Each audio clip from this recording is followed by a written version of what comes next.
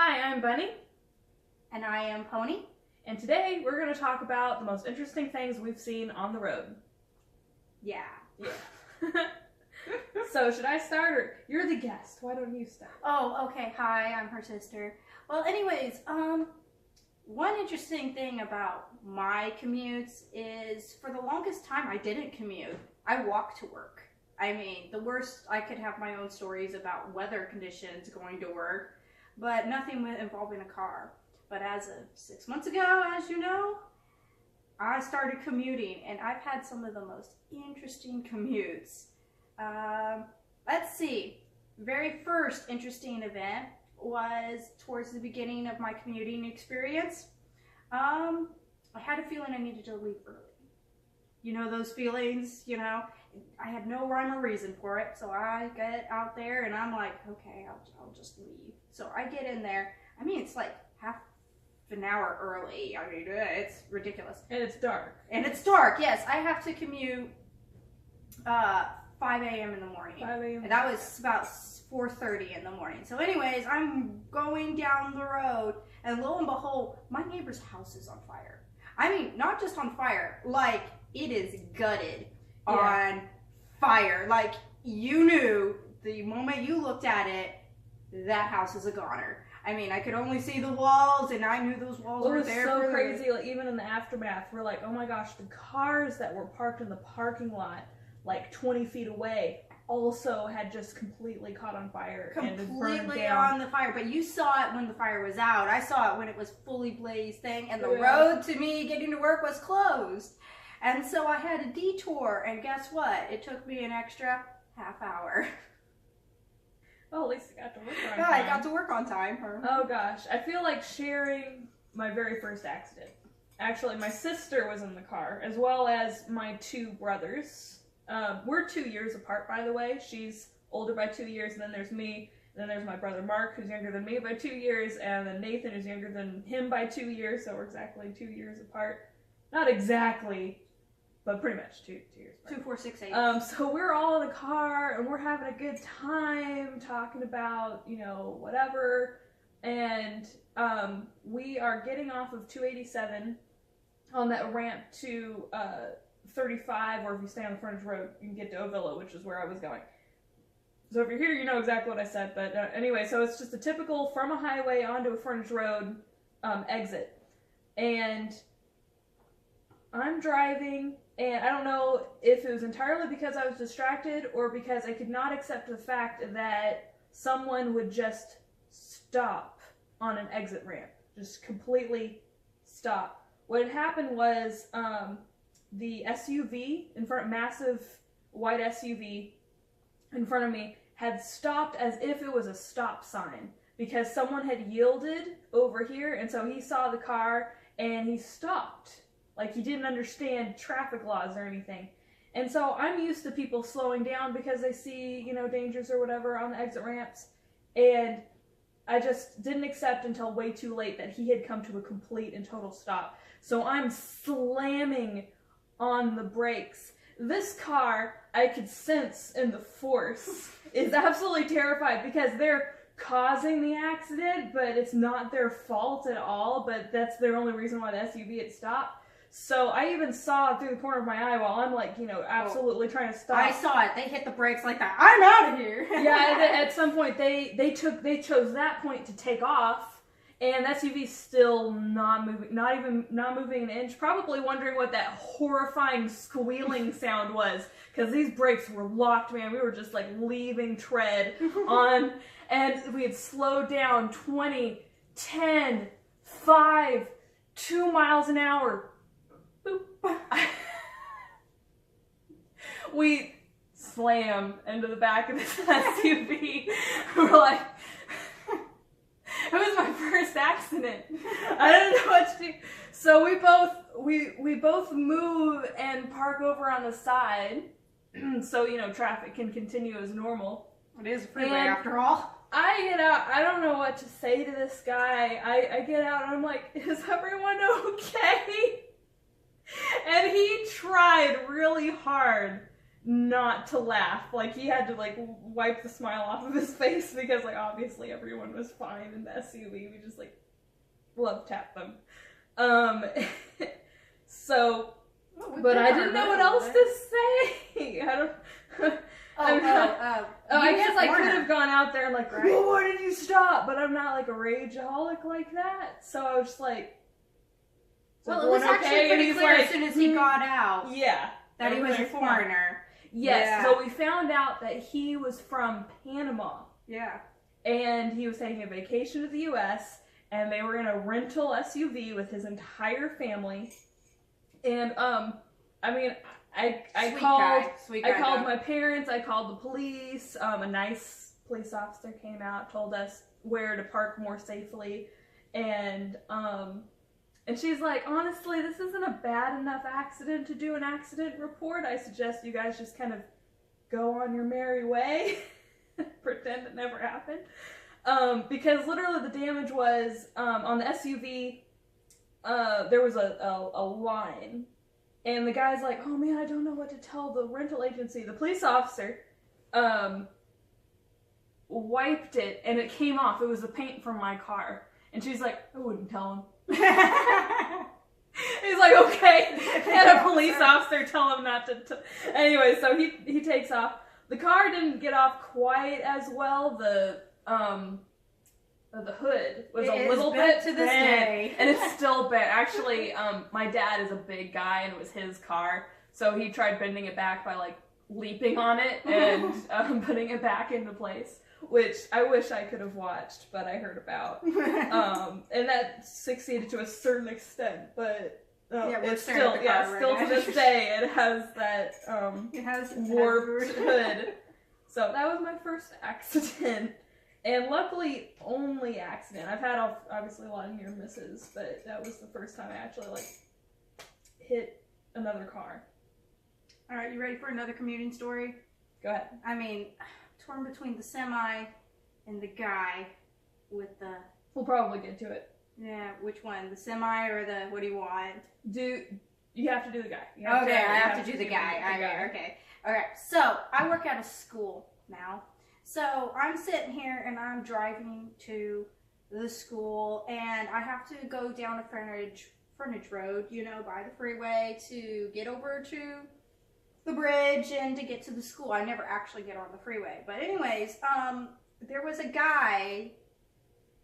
car parked in the middle of the frontage road. I mean, lights off and anything. I almost hit him, you know, and I'm like, ugh.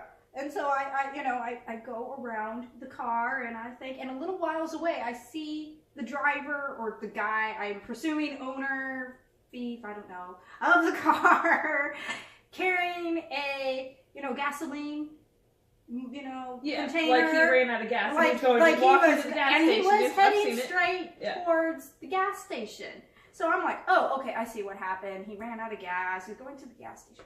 Fine, okay. That made sense to me. So I'm sitting there going over the overpass, and I make it to the school, and schools nowadays are just like, they're pretty much forts, they're fortresses. There's no breaking into any of them without a key, and I didn't have one. I forgot one at home, and I'm like, darn it, I'm going to be late. So I'm back, grab my keys, and I get back to where this car is, but this time the car is completely on fire. I mean, as gutted as the house. So and inside and out. Inside and out. The tires were on fire. The inside was on fire. It was. And the fire was taller than the guy staring at it. He was sitting there still with his can. Just staring at it. And I'm not trying to call anybody or anything. It's going around him. And I'm like, that was not exactly how I thought. I'm like, to this day, I wonder what I almost wonder if the guy stole his ex-wife's car or whatever. Like, I'm going to burn it or something. Yeah, burn it. That's why. Yeah, I'm like, well, I don't know. It could be innocent. Maybe he's just a little bit not bright, and he didn't know where to refuel his car, so he thought he'd just like water it like a plant. And he was smoking, so. I don't know. It just caught on fire, and he's just could looking. accidentally burn He's a like, car that. I've never refueled a car. Maybe this is supposed to happen. And he just I mean, watches. The whole thing was on fire. I mean, No, I don't know. I guess Things that's a good point. Either he stole a car, or it's his ex-wife's car, he just didn't want to get rid of it. or I don't know. Maybe he just hated that car and wanted to get rid of it. Burn it right there in front just of the burn it. freeway. I don't know. That's a wild story. I mean, it wasn't just a little fire. I mean, it was like the whole thing was on fire. I mean, how in the world? Think cars are that easy to catch on fire either. It's not like the movies. They don't blow up, because no, you hit them. Yeah, this isn't Hollywood.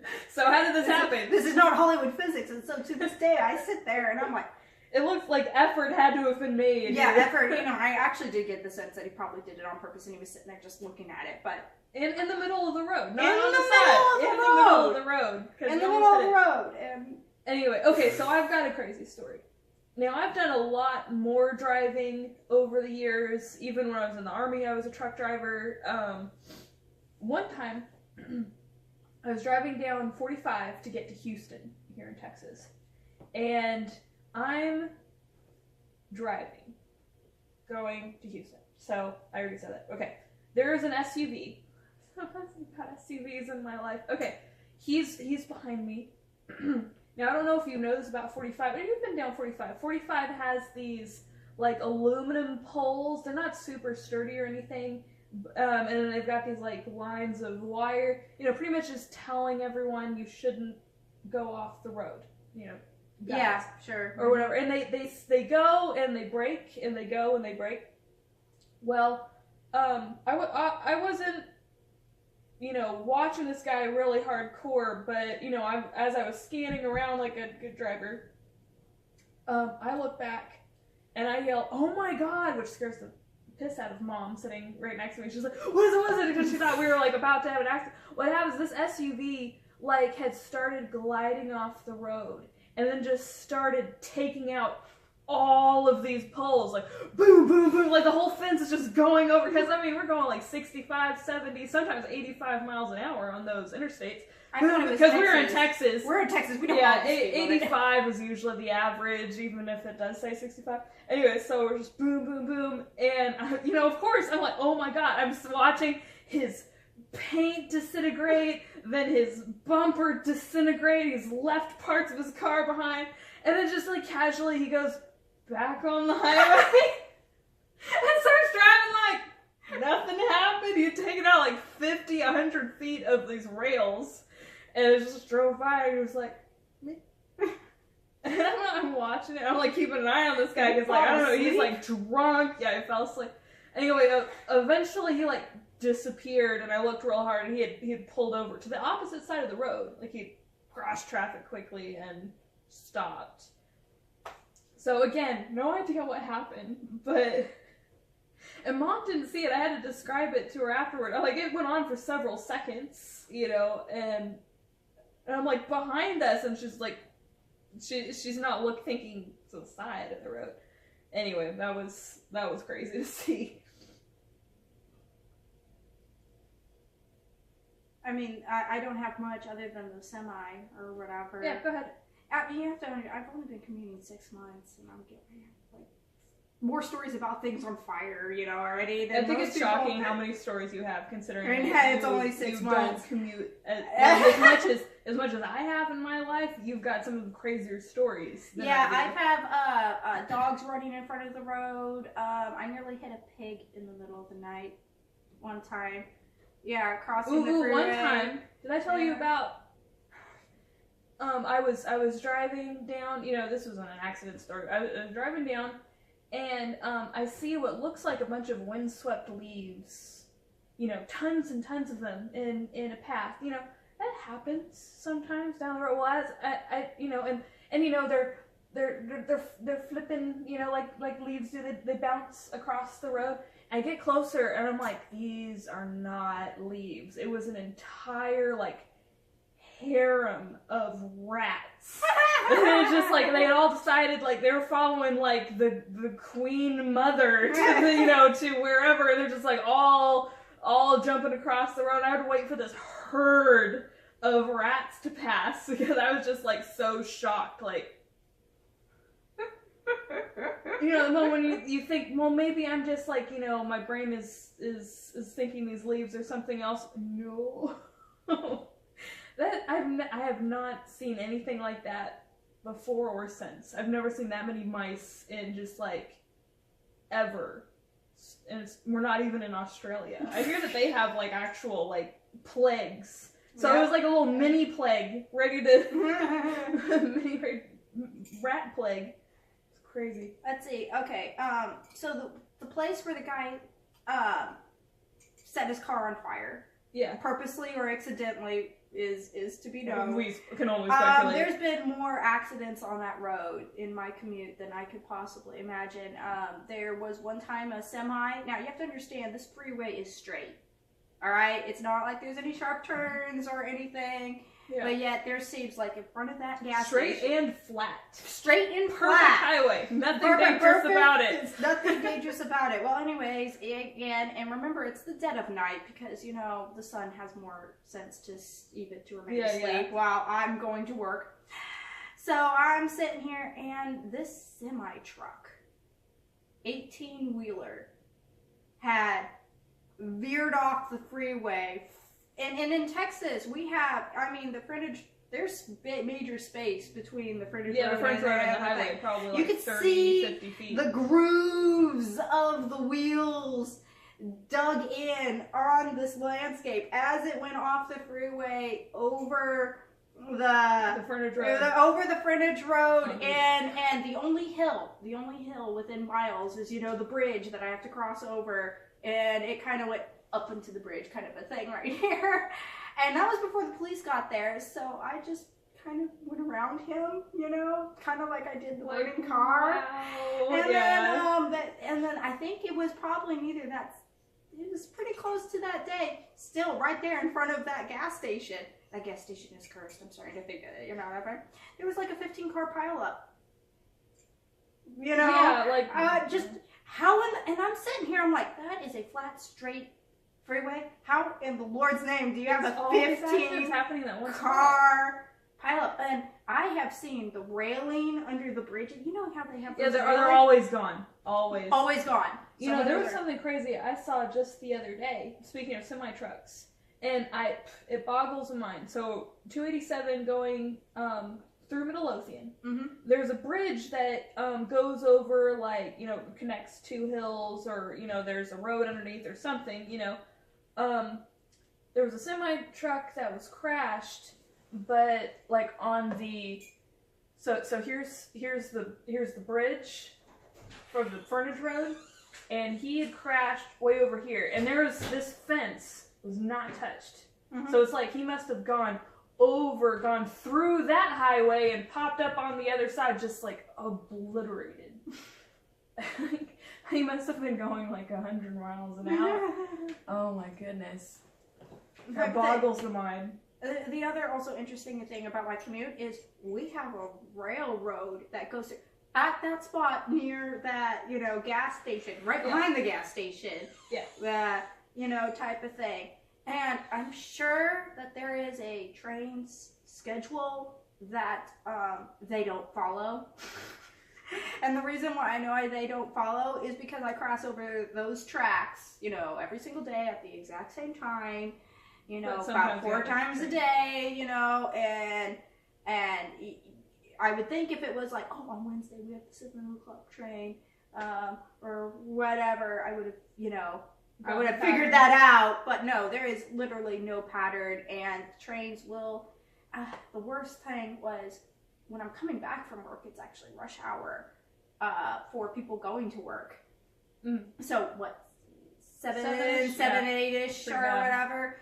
Anyways, so I'm sitting here and I'm noticing that the traffic light doesn't seem to be moving as well, because, you know, I wonder, it's really, finally I get on the road that I'm supposed to be on, and there's this long line in the middle of rush hour, and I realized the train had stopped on the road, right in the middle of the road, and that's why the thing. Oh, and then that same light also broke one time because that is a major, like the arrow for the state had, actually it wasn't the arrow. That particular side of the road had decided that it was not going to turn green. So it was red and yellow. Speaking of trains, did I tell you the time I was almost late to jury duty because of the stopped train in Waxahachie, downtown Waxahachie? And I'm like, so, you know, that's a warrant. You get a warrant for your arrest if you miss jury duty. Yeah. So I'm like, I've never been so panicked over a train in my life. I'm like, this train, I'm going around like, you know, roads I've never been down before trying to get around this train, and I make it, you know, with 5 minutes to spare. And we're sitting there, you know, and there was one guy that hadn't made it yet. And so he walks in at the last possible second. Like, the judge looked down at his clock, and the police officer, like, you know, the special police officer that's there for judges. It starts with a B. Bailiff? Bailiff, yeah, Yeah. thank you. He's like, should I write up the warrant? And the judge is like, nah, he was 1 second from being late, so we won't write a warrant. So I didn't know that. If you show up, like, even just, like, a minute late or whatever, they'll still write a warrant for you. For even your though they arrest. have you. They have you in custody. They'll still write it. They'll still write. I didn't know that. I think that's crazy. You're a second late. You're under arrest by yeah, and mistake. he came in like so coolly too. Like, did he know what he like narrowly missed by the skin of his teeth? He was like, yeah, well, the train. Yeah, the train stopped. And oh like, my can God. anyone? He actually asked us, can anyone verify that that train was stopped there? And I was like, yeah. I panicked. I was going around it. It was stopped there, and maybe I would have waited if I knew I could have also gotten here by the skin of my teeth. But I was. Anyway, man, jury duty, fun stuff. Fun stuff, man. Should we go ahead and wrap it up here? Yeah, let's wrap it up. Well, thanks for watching. This is my sister. And if you have any interesting traffic stories, leave a comment. Yeah, leave a comment. If you like this kind of video, please like this video. Please mention it if you want us to continue doing stuff like this. Or we might anyway. I don't know.